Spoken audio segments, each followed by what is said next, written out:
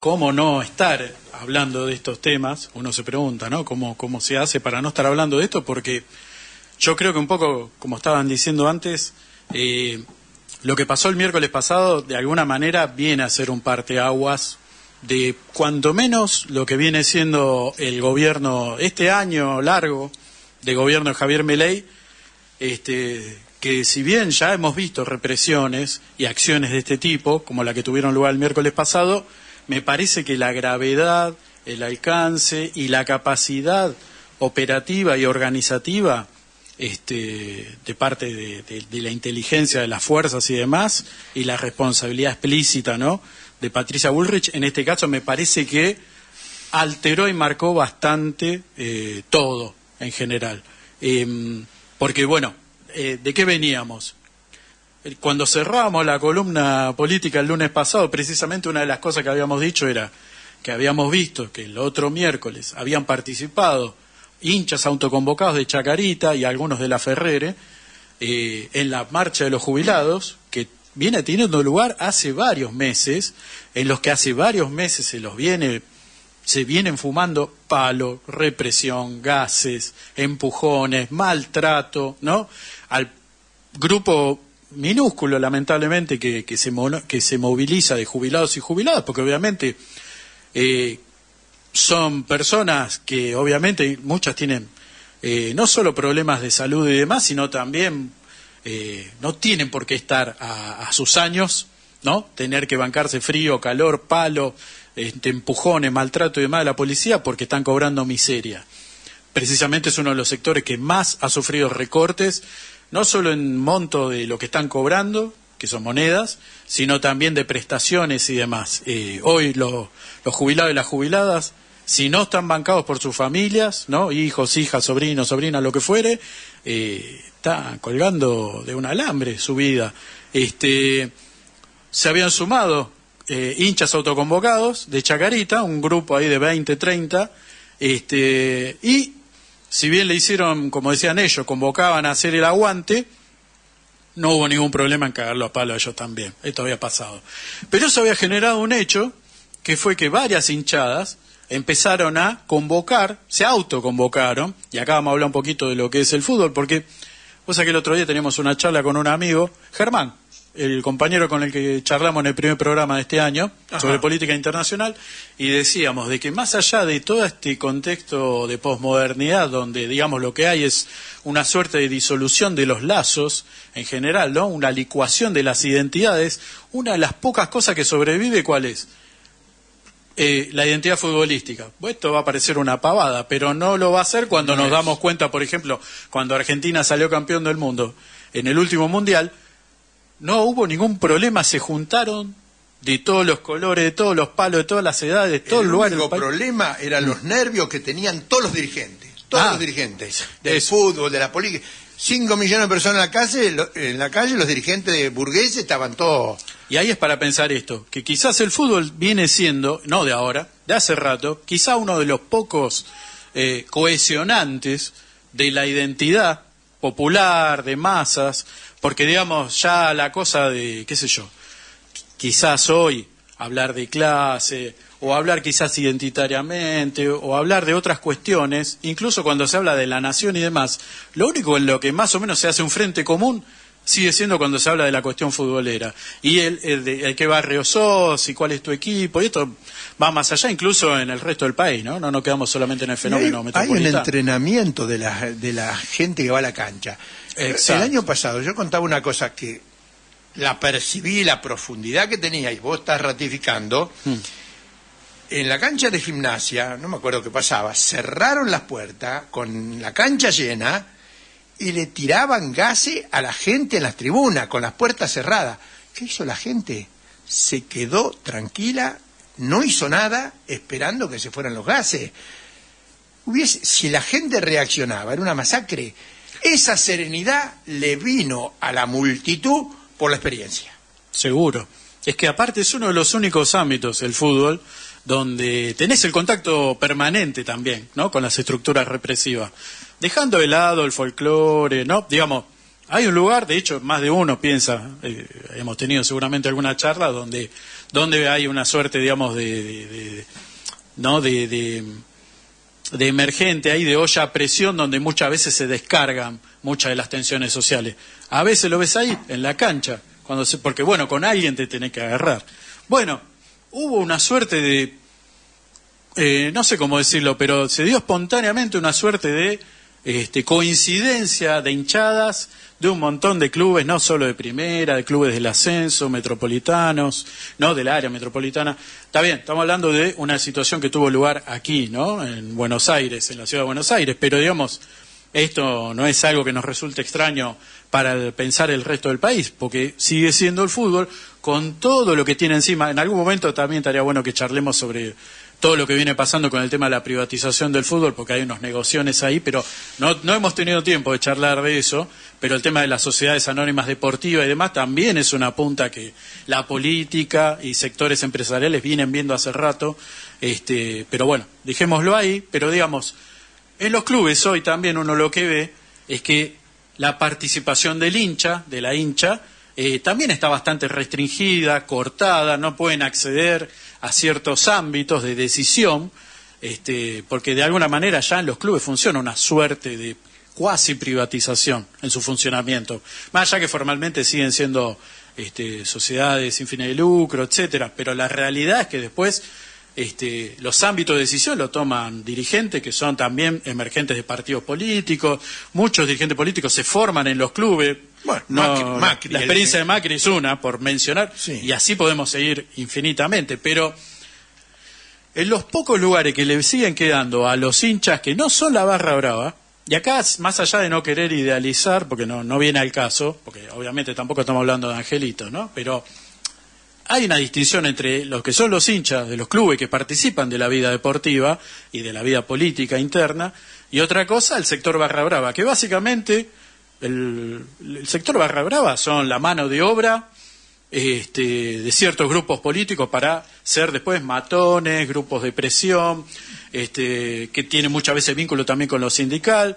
Bueno, no, esto lo sabemos, ¿no? Digamos, hay un funcionamiento ahí cuasi mafioso, pero por fuera de eso, porque esos ámbitos están restringidos, tenés lugares como lo que son las comisiones del hincha, incluso hay clubes que tienen comisiones antifascistas, de género, y otros que pueden parecer minúsculos, pero como decíamos hace un ratito, de la olla a presión social que viene siendo además todo esto que venimos pasando, son los pocos lugares, a eso sumémosle que muchos partidos políticos también están jugando el juego electoral, y entonces frenan, paran a sus bases, impiden la movilización social, sindical, el conflicto. No en vano esto sigue funcionando como sigue funcionando, y entonces ahí, en esos pequeños lugares, hay hinchas, ¿no? Que se movilizan y demás, y puede ser que algunos estén atravesados, porque obviamente, seguro, tienen posiciones políticas o no, ideológicas o no, pero hubo una movilización realmente genuina y una convocatoria masiva que yo no lo había visto antes, en este tenor, ¿no? De la cosa. Han venido... y se ha visto gente de clubes que históricamente son incluso archienemigos, rivales, y no han tenido problema de estar uno al lado del otro, camiseta, no sé, uno de estudiante y uno de gimnasia, uno de Independiente y uno de Racing, así podemos seguir, ¿no? En el caso del ascenso, a veces donde hay también tensiones, porque suele haber encontronazos más picantes, y sin embargo, ahí estuvieron los compañeros y las compañeras, que vuelvo a decir, no eran las barras bravas, precisamente. Bien. Hubo una movilización masiva mientras, esto que fue el miércoles, se previó con una Patricia Bullrich que estuvo amenazando, que estuvo diciendo que si, primero que caracterizó de movida a la movilización de hinchadas como de barras bravas y adjudicándole todos los adjetivos que ya sabemos en términos negativos, ¿no? De que, no, porque esos son todos mafiosos, que funcionan con los sindicatos, bueno, vinculó al peronismo, vinculó otras cosas, que obviamente las debe conocer muy bien ella, porque estoy seguro que tiene algo que ver con esas cuestiones, pero no era precisamente lo que se estaba convocando. Y sin embargo, bueno, se dio la movilización, llegada a las 5 de la tarde, que la movilización empezó a tener lugar a partir de las 4, pero a partir de las 5 fue digamos, el inicio efectivo de la actividad de los compañeros jubilados insurgentes que están ahí siempre todos los miércoles, mientras, en paralelo, desde varias horas antes, estaba teniendo lugar una sesión en la Cámara de de diputados. Porque también no hay que perder de vista que las cosas estaban funcionando en paralelo, no era solamente en la calle. En la calle. Aunque en la calle se estaban definiendo cosas. También se estaban definiendo cosas adentro. Esto era muy tumultuoso, el caso de lo que se estaba tratando en la sesión parlamentaria, ¿no?, de diputados, porque se querían meter temas y otros querían sacar temas, y había una cuestión que tenía que ver con el quórum, para ver si se sesionaba o no. Le querían sacar los superpoderes a Milei. Había una moción para quitarle los superpoderes a Milei. Por otro lado, también había una moción que iba por el lado de confirmar si la Comisión de Juicio Político, que en estos momentos, como están las cosas, es importante que empiece a funcionar, que empiece a existir, que está en manos de esta chica Pagano, una libertaria caída en desgracia. Pero bueno, formalmente hablando, la comisión está en sus manos. Se quería confirmar eso, porque había que votarlo. Y bueno, y había la chance de tratar de meter otros temas ahí en el medio, pero bueno, se estaba pateando el asunto. Lo único que se logró charlar seriamente fue que bueno, un pronunciamiento por el tema de toda la tragedia que tuvo lugar en Bahía Blanca, ¿no? Bueno, pero más allá de eso, lo que no se quería era ni que se diesen de baja los superpoderes que tiene Javier Milei actualmente. Por eso está de firmar DNUs a lo loco. Así firmó el DNU por el FMI, bueno, y otras pavadas que están metiendo en el medio. Después ahora charlamos capaz sobre eso, porque varios temas están metiendo DNU como si fuese que uno está cargando la sube, ¿no? Así nomás. La realidad es que, bueno, había un escenario tenso adentro y un escenario muy tenso afuera. Bueno, más allá que se logró aprobar este pronunciamiento por el tema Bahía Blanca y demás, en lo que era obvio que más o menos iba a haber un acuerdo, porque claro, sí, cómo se va a ir en contra, ¿no?, de sacar una partida, una declaración de emergencia y demás. Pero después empezó el problema cuando se empezó a charlar. Bueno, ¿qué hacemos? Sale lo de confirmar a Pagano, a Marcela Pagano, como a cargo de la Comisión de Juicio Político. Por otro lado, ¿qué hacemos? Metemos ahora el tema del juicio político, de derogar los poderes extraordinarios que se le dieron a Javier Milei. ¿Qué empezamos a hacer con estas cosas? En el medio que empezaron ese tironeo, afuera, la movilización, que fue bastante masiva, se estaba ocupando bastante de lo que es la plaza de los dos congresos, por lo menos la primera parte, donde está la fuente y demás, eso estaba bastante cubierto, y había un cordón policial de prefectura, gendarmería, policía federal, y en las afueras se podía ver, por lo menos lo vimos, lo que estábamos dando vuelta por ahí, también estaba la policía de la ciudad, pero estaba como en un lugar más como de acompañamiento, aparentemente. Le estaban dejando el protagonismo a el dispositivo de el Ministerio de Seguridad Nacional. No olvidarnos de que Patricia Bullrich le hizo cambiar el nombre, ¿no? Antes era el Ministerio de Seguridad, ahora es el Ministerio de Seguridad Nacional. Algo está diciendo, ¿no? Hace recordar otras épocas, ¿no? Digamos, no es nada, es casual. Bueno, tengamos presente que en el medio venimos con toda una escalada de conflictos y escándalos. Tenemos la estafa que hizo el presidente, ¿no?, con el tema Libra, que eso sigue engrosando volumen de notas, denuncias y demás. Ya hay gente que está medio manchada con eso. El lunes pasado hablamos sobre este muchacho que renunció. Bueno, está el tema de la designación de jueces de la Corte Suprema por decreto.